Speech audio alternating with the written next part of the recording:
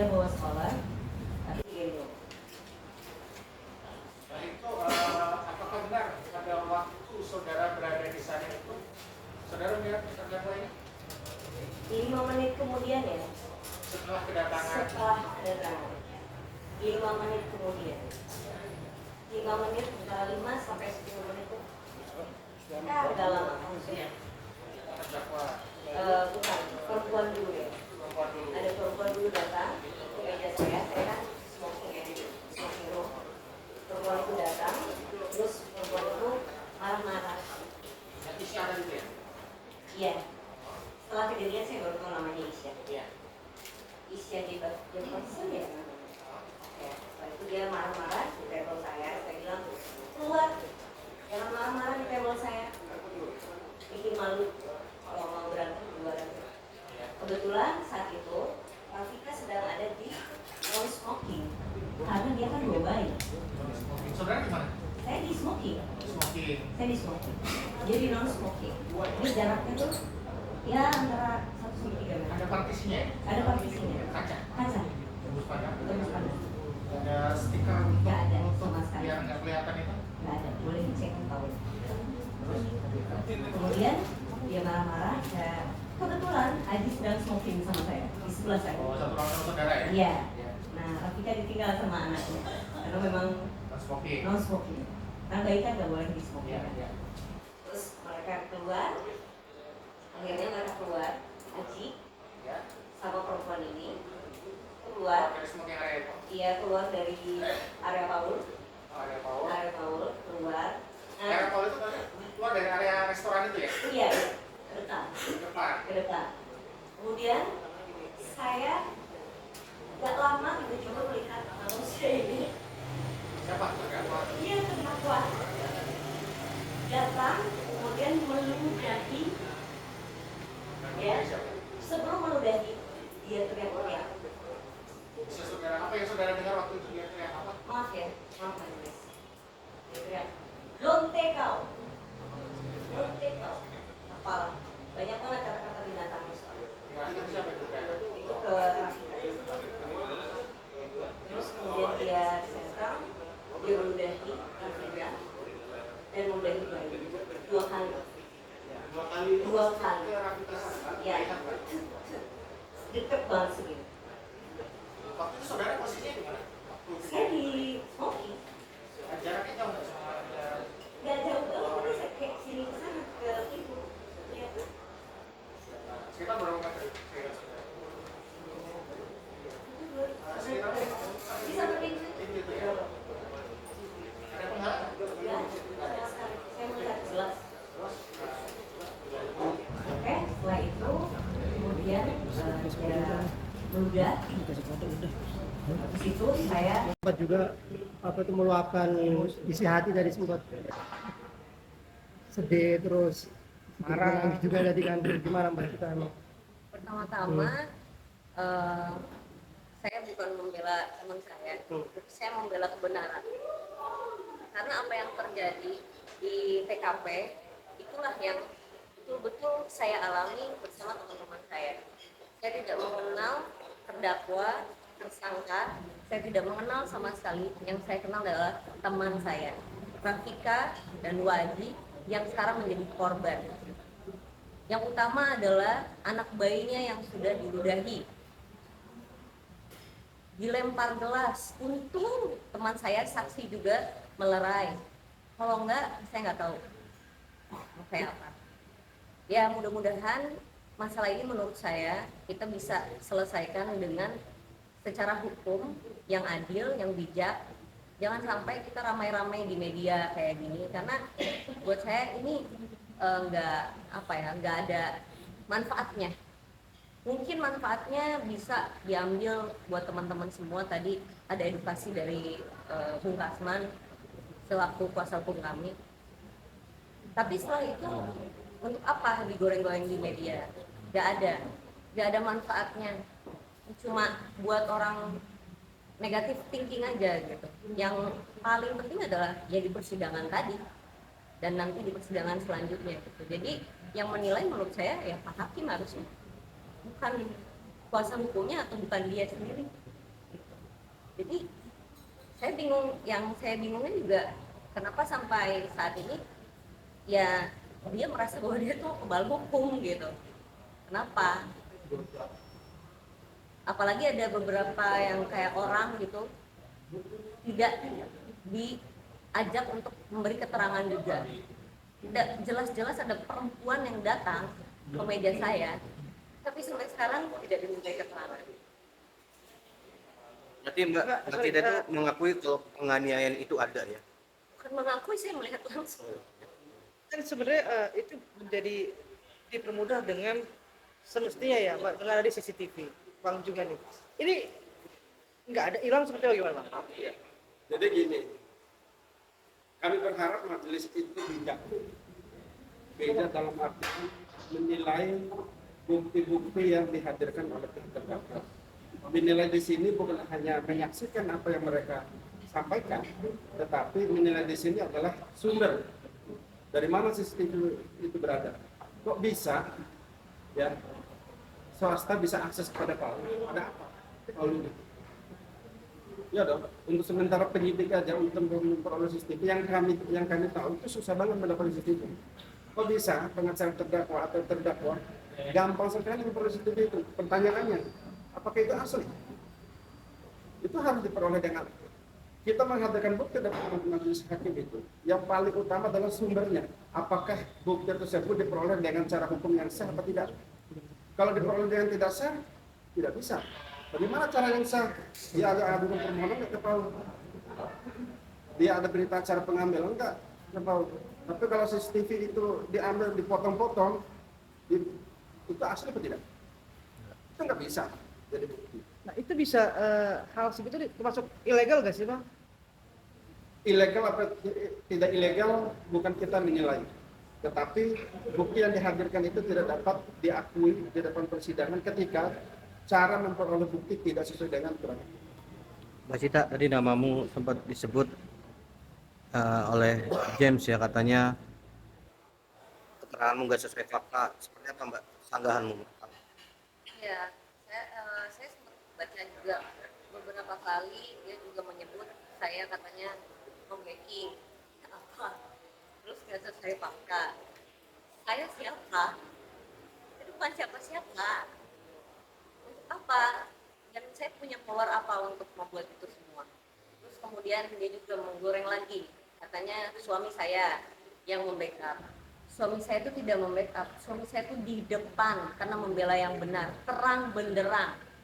Jadi bukan membackup seperti dia dengan perempuannya itu yang sampai sekarang tidak pernah disebut, tidak pernah diberikan keterangan, tidak pernah memberikan keterangan. Padahal Aji dan Rafika itu sudah melapor dari awal namanya dia dengan terdakwa.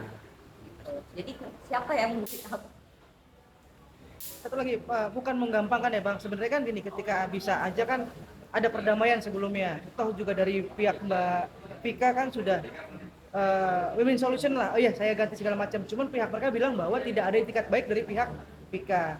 Seperti itu pertama. Yang kedua adalah mereka menyebut bahwa ini hanya untuk naikin popularitas kamu. Seperti apa? Apa tadi pertanyaan? Iya, kasus ini sebenarnya bisa selesai dengan gampang. Hanya saja ini hanya untuk naikin namamu lagi, popularitas kamu lah. Boleh. Saya ngomong gitu. Boleh silakan Bang. Kalau kita pakai analisa sosial politik aja ya, masyarakat umum naikkan popularitas. Emang ada kita masuk TV, emang ada kita main IG, emang ada kita ekspor di media manapun setiap hari, setiap saat. Kita pantas ke dia ini. Yang kami pantau sampai hari ini adalah justru dia memanfaatkan sosial ini untuk naik komunitas dia. Seakan-akan tuh dia jadi korban, ternyata pelaku. Ingat, ini semoga teman-teman media juga menyampaikan kepada majelis hakim dan bisa wawancara Humas IPN dari Selatan bahwa terdakwa saat ini juga masih ada laporan yang kami lakukan. Itu pertama.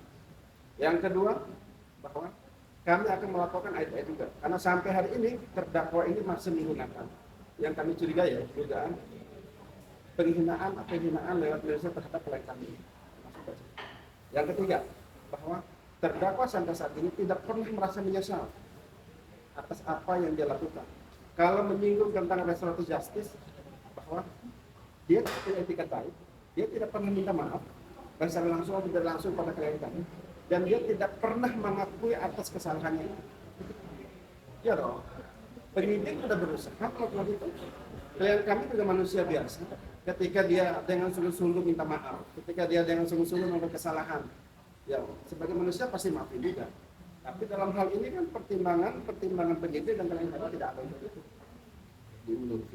Jadi kalau bermain di sosmed justru dia yang naikin komunitas. Justru saya pantau dari sejak kejadian sampai malam ini, klien saya justru tidak ada main sosmed atau menembeng kasus ini untuk naikin komunitas untuk apa? Kayaknya lebih terkenal Mbak Cita daripada dia. Iya nggak sih? Mbak Cita, Jadi kalau naikin komunitas ya salah kali ya. Mbak Cita tadi sempat ketemu langsung dengan terdakwa, tadi sempat ketemu langsung melihat itu gimana, artinya kesal nggak sih artinya dengan perbuatan yang kemarin tuh begitu sadis terhadap anak kecil gitu, terhadap bayi gitu. Ya, saya pun menyampaikan, saya bingung kok ada manusia seperti itu. Buas sekali ya. Karena dia berjam-jam saya tahan, kita tahan nggak bisa, dia terus marah gitu. Makanya, aduh kalau ngomongin kesal, kayaknya udah lewat deh. Kayaknya lebih ke, yuk kita selesaikan secara hukum. Karena negara ini negara hukum. Pak, tadi juga mungkin kekesalannya sampai itu sampai anak babynya itu dievakuasi ke tempat yang bukan semestinya ya. Iya, bayangin aja, bayi 7 bulan sampai nggak ada yang melarang masuk ke smoking room, itu kan sesuatu yang aneh.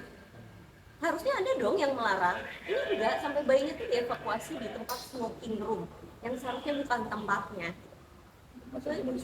Dan terus diserang juga, nggak berhenti. Mbak Cita, Dan lewat sosmed yang saat Iya, sampai sekarang tuh dia terus menghina saya, menghina korban, posting di sosmednya, posting buzzer apalah gitu. Kami nggak ada posting apa, nggak ada.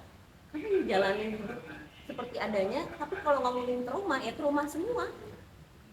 Nah, artinya udah nggak ada, pintu maaf udah tertutup dengan etika yang kurang baik yang ditunjukkan oleh mereka. Pada saat tadi juga sempat teriak nyebut nama Mbak Cita juga tadi kan. Iya.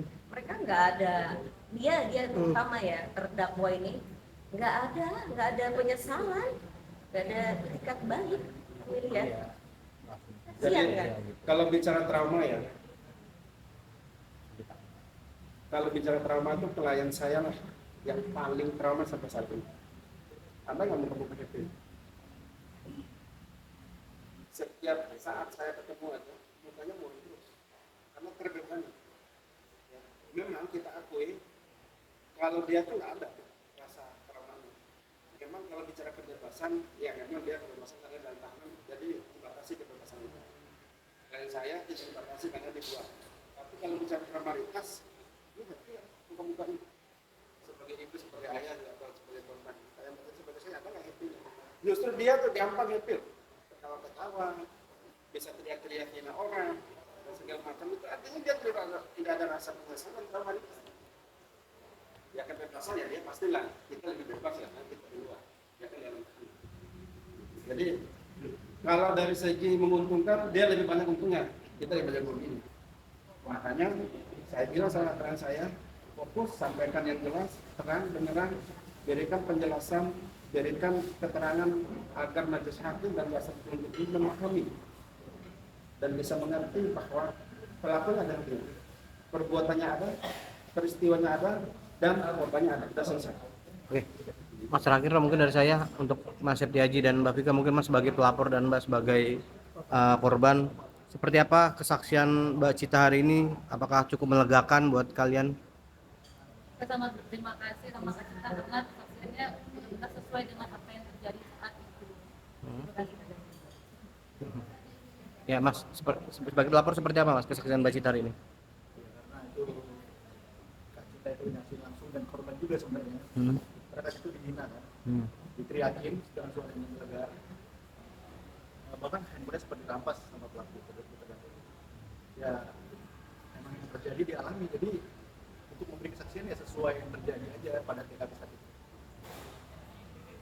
pihak terdakwa tadi sempat keberatan dengan kesaksian dari Mbak Cita dan ada dua lagi tadi, dan sempat akan mengambil langkah hukum dengan laporkan memberikan keterangan palsu. Abang sendiri melihatnya seperti apa? Mungkin apakah itu bentuk ketakutan atau bentuk apa mungkin Bang? Itu bagian dan teknik cara terdakwa untuk memberikan dari proses hukum. Itu tidak, nilainya nol, tidak ada nilainya. Pertama, terkait dengan keterangan palsu sampai kiamat pun tidak akan pernah bisa terbukti, karena keterangan palsu di luar sidang itu harus berdasarkan perintah hakim. Ingat, harus berdasarkan perintah hakim, langsung perintah berdasarkan proses. Jadi ada nggak perintah hakim? Ada nggak hakim mengatakan kamu berbohong? Ada nggak? Ada nggak pada kata-kata hakim bahwa saksi jujur, jangan berbelit? Ada nggak? Tidak ada. Justru hakim menikmati dan cermati semua keterangan saksi tadi. Hakim cuma tanya satu, ada banting HP, ada rusak, siapa korban, siapa pelakunya? Udah selesai. Ada pemukulan, iya. Pakai apa? HP. Di mana lukanya sini? Udah selesai. Itu materialnya. Jadi walaupun ada hal-hal yang lain, itu nggak ada efek. Itu nol nilainya. Gitu. Terakhir buat Ya kami tunggu aja. Kalau memang mereka mau membuat keterangan palsu segala macam, kami tunggu. Tapi terakhir kami pesan kepada manajemen PAUD, klien kami adalah konsumen di situ, bukan orang datang yang mencari keributan. Oleh sebab itu, manajemen PAUD wajib hukumnya dan taat terhadap undang-undang perlindungan konsumen yang nantinya kami akan somasi. terakhir Yang Mbak kedua, Cita. Oh ya, lanjutkan. pemilik dan pemegang hak terhadap produk Undang Nomor 3, kami juga akan mencari keterlibatan security yang menurut klien kami diskriminasi, ada tindakan diskriminasi. Ya kami juga akan minta klarifikasi pada tim pidana. Kepada terdakwa, kami juga akan melakukan tuntutan hukum baru. Tunggu saatnya, sehari dua hari. Udah pasti ada. Bismillah. Ada tuntutan baru ya Bang. Iya. Terakhir Mbak Cita, secapek apa sih, seletih apa sih, dan semelelahkan apa sih? Ngomongin lelah banget, tapi saya tuh lebih ke sedih ya kalau saya nggak jalanin ini, karena banyak banget korbannya. Jadi bukan kita doang, korbannya bukan kita doang, ada beberapa orang yang bahkan sudah melapor dan nggak sampai di titik ini seperti kita. Jadi baru kita yang berani. Selanjutnya nanti ada korban-korban lain juga yang akan melapor, karena memang mereka mengalami langsung sama seperti kita. Oke, kita akan terus mengawal dan memberikan support kepada